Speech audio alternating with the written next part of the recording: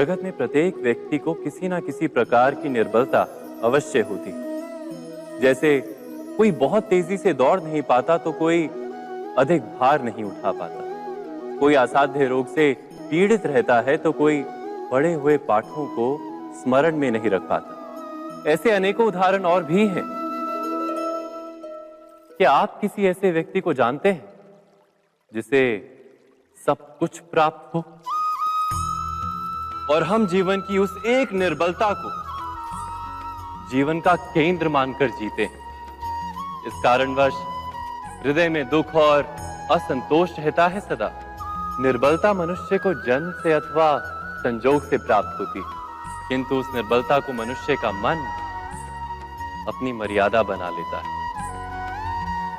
किंतु कुछ व्यक्ति ऐसे भी होते हैं जो अपने पुरुषार्थ और श्रम से उस निर्बलता को पराजित कर देते हैं। क्या भेद है उनमें और अन्य लोगों में? क्या आपने कभी विचार किया है? सरल सा उत्तर है इसका। जो व्यक्ति निर्बलता से पराजित नहीं होता, जो पुरुषार्थ करने का साहस रखता है हृदय में, वो निर्बलता को पार कर जाता है। अर्थात निर्बलता अवश्य ईश्वर देता है, किंतु मर्यादा मनुष्य का मन ही निर्मित करता है। स्वयं विचार कीजिए।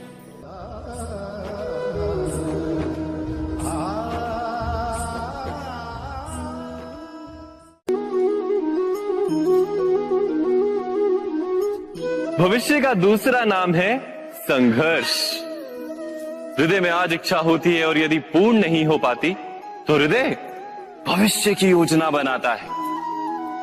भविष्य में इच्छा पूर्ण होगी ऐसी कल्पना करता रहता है, किंतु जीवन ना तो भविष्य में है ना अतीत में। जीवन तो इस क्षण का नाम, अर्थात इस क्षण का अनुभव ही जीवन का अनुभव। पर हम ये जानते हुए भी इतना सा सत्य समझ नहीं पाते। या तो हम बीते हुए समय के स्मरणों को घेर कर बैठे रहते हैं, या फिर आने वाले समय के लिए हम योजनाएं बनाते रहते हैं और जीवन जीवन बीत जाता है।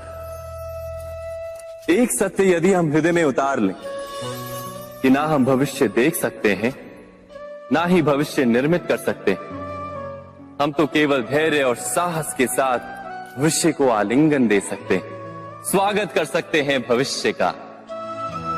तो क्या जीवन का हर पल जीवन से नहीं भर जाएगा? स्वयं विचार कीजिए।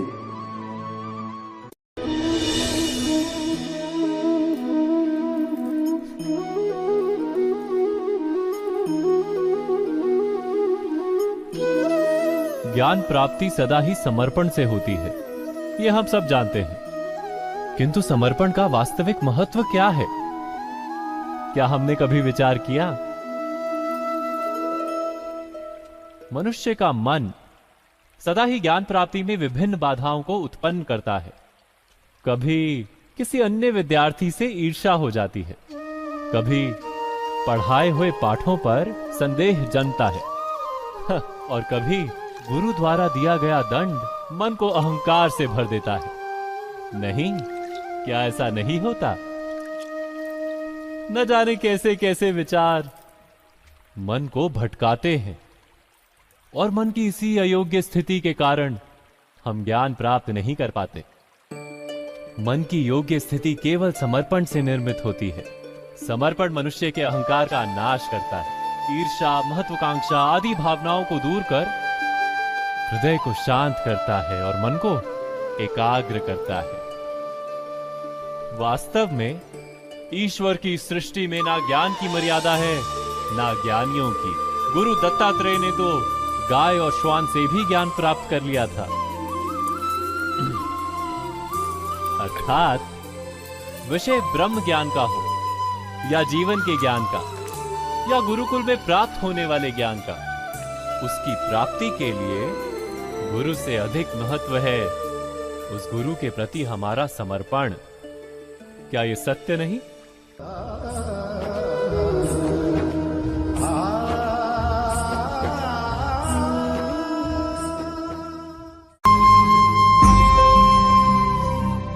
प्रत्येक मनुष्य के जीवन में ऐसा क्षण अवश्य आता है जब सारे स्वप्न, सारी आशाएं, सारे दृश्य ध्वस्त हो जाते हैं। जीवन के सारे आयोजन ही बिखर जाते हैं। एक और धर्म होता है और दूसरी ओर सुख। इसी को धर्म संकट कहते हैं। जब धर्म का वहन ही संकट हो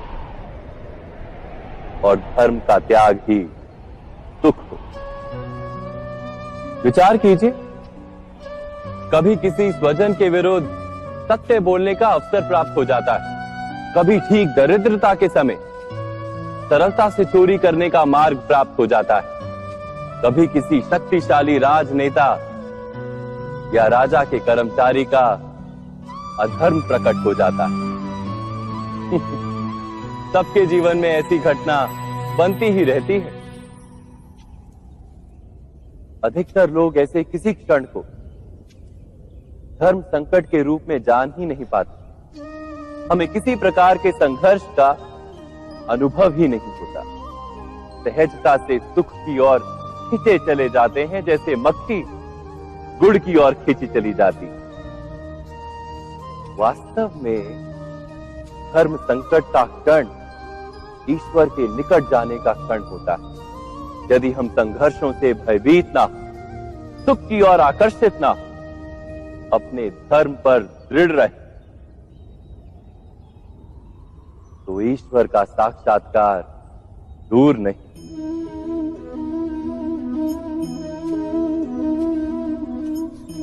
पवन से युद्ध करने वाला पत्ता यदि पेड़ से गिरता है तो भी आकाश की ओर उठता है। पवन से झुकने वाली घास वहीं भूमि पर रह जाती है। अर्थात धर्म संकट से यदि हम संकट को ही टाल दें तो सुख तो मिलता है, जीवन बढ़ता है, किंतु क्या चरित्र नहीं टूटता? क्या आत्मा दरिद्र नहीं हो जाती? क्या ईश्वर से अंतर नहीं हो जाता? स्वयं विचार कीजिए। दो व्यक्ति जब निकट आते हैं तो एक दूसरे के लिए सीमाएं और मर्यादाएं निर्मित करने का प्रयत्न अवश्य करते हैं। हम यदि सारे संबंधों पर विचार करें तो देखेंगे कि इन सारे संबंधों का आधार यही सीमाएं हैं जो हम दूसरों के लिए निर्मित करते हैं। और यदि अनजाने में भी कोई अन्य व्यक्ति इन सीमाओं को तोड़ता है तो उसी क्षण हमारा हृदय क्रोध से भर जाता है। इन सीमाओं का वास्तविक रूप क्या है? क्या हमने कभी विचार किया? सीमाओं के द्वारा हम दूसरे व्यक्ति को निर्णय करने की अनुमति नहीं देते। अपना निर्णय उस व्यक्ति पर थोपते हैं, अर्थात किसी की स्वतंत्रता का अस्वीकार करते हैं। और जब स्वतंत्रता का अस्वीकार किया जाता है तो उसका हृदय दुख से भर जाता है। और जब वो सीमाओं को तोड़ता है तो हमारा हृदय क्रोध से भर जाता है। क्या ऐसा नहीं होता?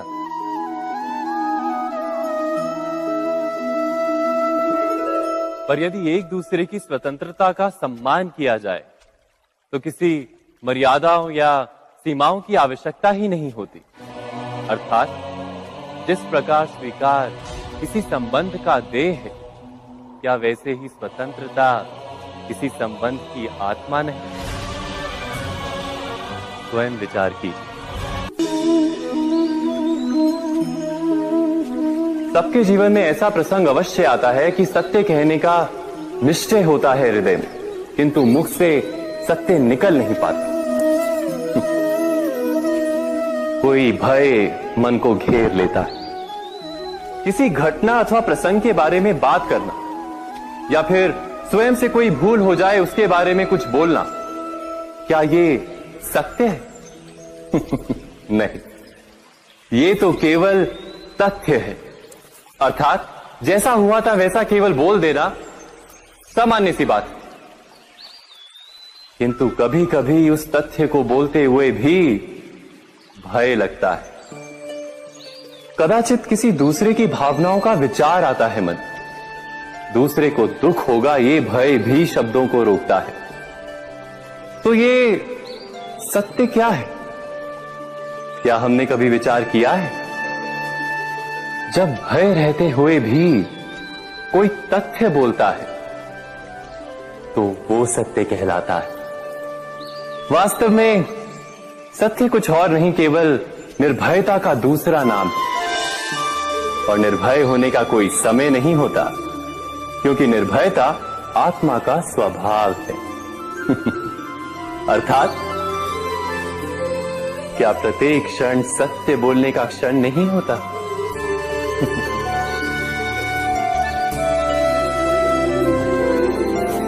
स्वयं विचार कीजिए।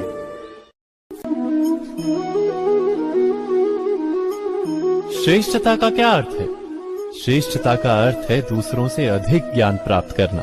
अर्थात मूल्य इस बात का नहीं कि स्वयं कितना ज्ञान प्राप्त किया, मूल्य इस बात का है कि प्राप्त किया हुआ ज्ञान अन्य लोगों से कितना अधिक है। अर्थात श्रेष्ठता की इच्छा ज्ञान प्राप्ति को भी एक स्पर्धा बना देती है। और स्पर्धा में विजय अंतिम कब होती है?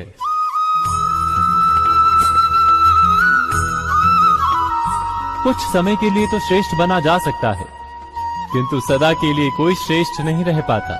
फिर वही असंतोष, पीड़ा और संघर्ष जन्म लेता है। किंतु श्रेष्ठ बनने के बदले यदि उत्तम बनने का प्रयत्न करें तो क्या होगा? उत्तम का अर्थ है कि जितना प्राप्त करने योग्य है वो सब प्राप्त करना, किसी से अधिक पाने की इच्छा से नहीं, मात्र आत्मा की तृप्ति हेतु कुछ प्राप्त करना। उत्तम के मार्ग पर किसी अन्य से स्पर्धा नहीं होती, स्वयं अपने आप से स्पर्धा होती है। अर्थात उत्तम बनने का प्रयत्न करने वाले को देर अबेर सारा ज्ञान प्राप्त हो जाता है, बिना प्रयत्न के ही वो श्रेष्ठ बन जाता है। किंतु जो श्रेष्ठ बनने का प्रयत्न करता है वो श्रेष्ठ बने या ना बने, उत्तम कभी नहीं बन पाता।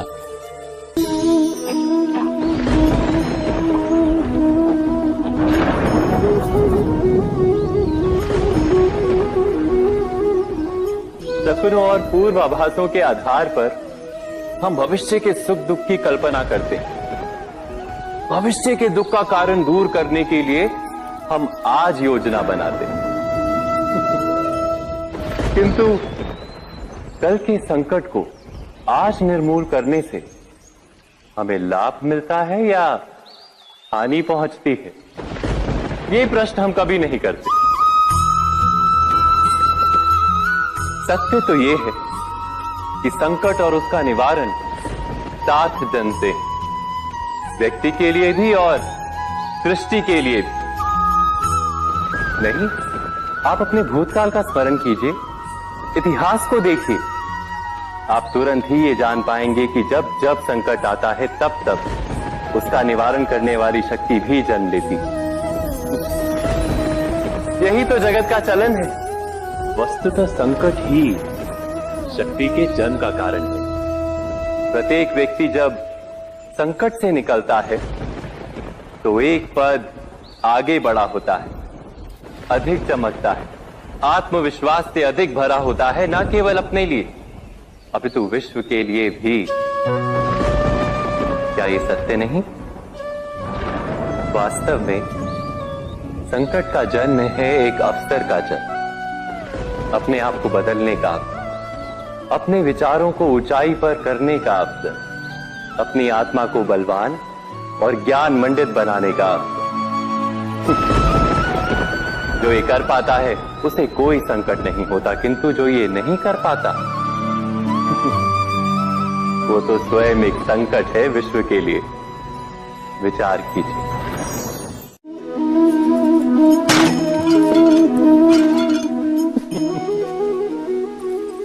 कभी कभी कोई घटना मनुष्य के जीवन की सारी योजनाओं को तोड़ देती और मनुष्य उस आघात को अपने जीवन का केंद्र मान लेता। पर क्या भविष्य मनुष्य की योजनाओं के आधार पर निर्मित होते हैं? नहीं।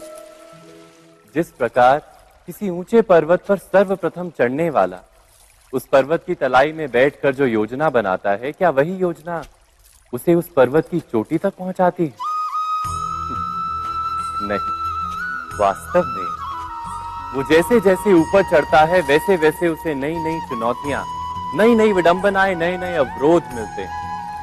प्रत्येक पद पर वो अपने अगले पद का निर्णय करता है।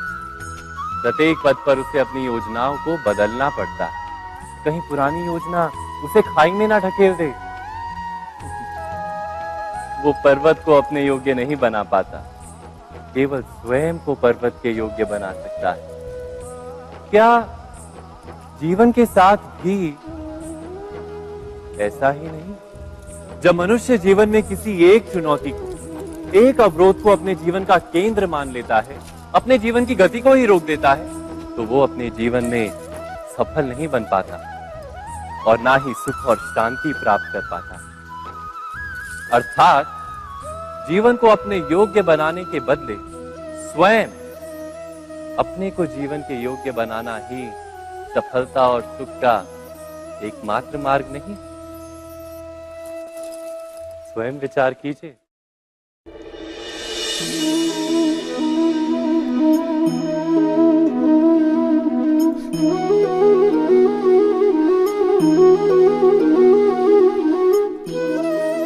जीवन का हर क्षण निर्णय का क्षण होता है। प्रत्येक पद पर दूसरे पद के विषय में कोई निर्णय करना ही पड़ता है और निर्णय अपना प्रभाव छोड़ जाता है। आज किए गए निर्णय भविष्य में सुख अथवा दुख निर्मित करते हैं, ना केवल अपने लिए, अपने परिवार के लिए भी, आने वाली पीढ़ियों के लिए भी।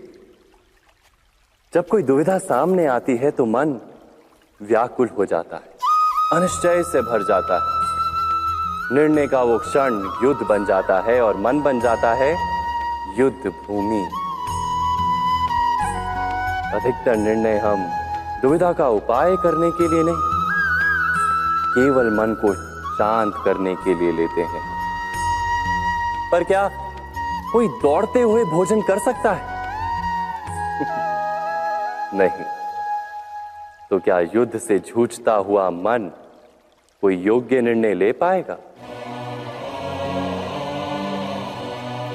वास्तव में शांत मन से जब कोई निर्णय करता है तो अपने लिए सुखद भविष्य बनाता है, किंतु अपने मन को शांत करने के लिए जब कोई निर्णय करता है तो वो व्यक्ति भविष्य में अपने लिए कांटों भरा वृक्ष लगाता है। स्वयं विचार कीजिएगा।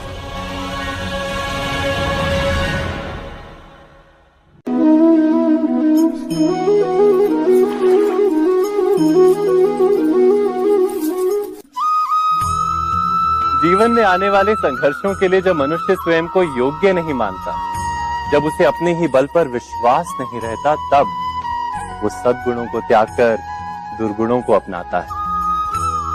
वस्तुतः मनुष्य के जीवन में दुर्जनता जन्म ही तब लेती है जब उसके अंतर में आत्मविश्वास नहीं होता। आत्मविश्वास ही अच्छाई को धारण करता है। ये आत्मविश्वास है क्या?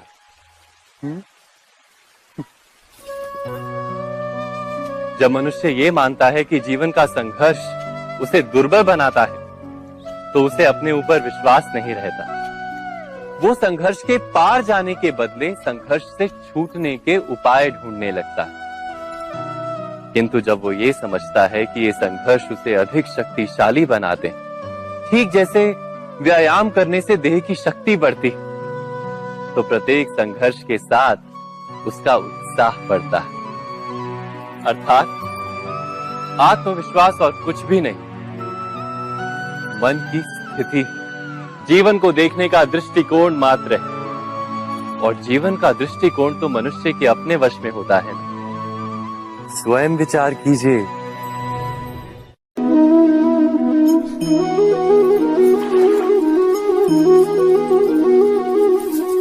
पिता सदा ही अपने संतान के सुख की कामना करते, उनके भविष्य की चिंता करते रहते। इसी कारणवश सदा ही अपने संतानों के भविष्य का मार्ग स्वयं निश्चित करने का प्रयत्न करते रहते। जिस मार्ग पर पिता स्वयं चला है, जिस मार्ग के कंकर पत्थर को स्वयं देखा है, मार्ग की छाया, मार्ग की धूप को स्वयं जाना है, उसी मार्ग पर उसका पुत्र भी चले, यही इच्छा रहती है हर पिता की। निस्संदेह उत्तम भावना है ये, किंतु 3 प्रश्नों के ऊपर विचार करना हम भूल ही जाते हैं। कौन से प्रश्न? प्रथम प्रश्न, क्या समय के साथ प्रत्येक मार्ग बदल नहीं जाते? क्या समय सदा ही नई चुनौतियों को लेकर नहीं आता? तो फिर बीते हुए समय के अनुभव नई पीढ़ी को किस प्रकार लाभ दे सकते हैं? दूसरा प्रश्न, क्या प्रत्येक संतान अपने माता पिता की छवि होता है? हाँ, संतानों को संस्कार तो अवश्य माता पिता देते हैं, किंतु भीतर की क्षमता तो ईश्वर देते हैं। तो जिस मार्ग पर पिता को सफलता मिली है, विश्वास है कि उसी मार्ग पर उसकी संतानों को भी सफलता और सुख प्राप्त होगा। तीसरा प्रश्न, क्या जीवन के संघर्ष और चुनौतियां लाभकारी नहीं होती? क्या प्रत्येक नया प्रश्न एक नए उत्तर का द्वार नहीं खोलता? तो फिर संतानों को नए नए प्रश्नों, संघर्षों और चुनौतियों से दूर रखना, ये उनके लिए लाभ करना कहलाएगा या हानि पहुंचाना? अर्थात जिस प्रकार संतान के भविष्य का निर्माण करने के बदले उसके चरित्र का निर्माण करना श्रेष्ठ है, वैसे संतानों के जीवन का मार्ग निश्चित करने के बदले उन्हें नए संघर्षों के साथ जूझने के लिए मनोबल व ज्ञान देना अधिक लाभदायक नहीं होगा? स्वयं विचार की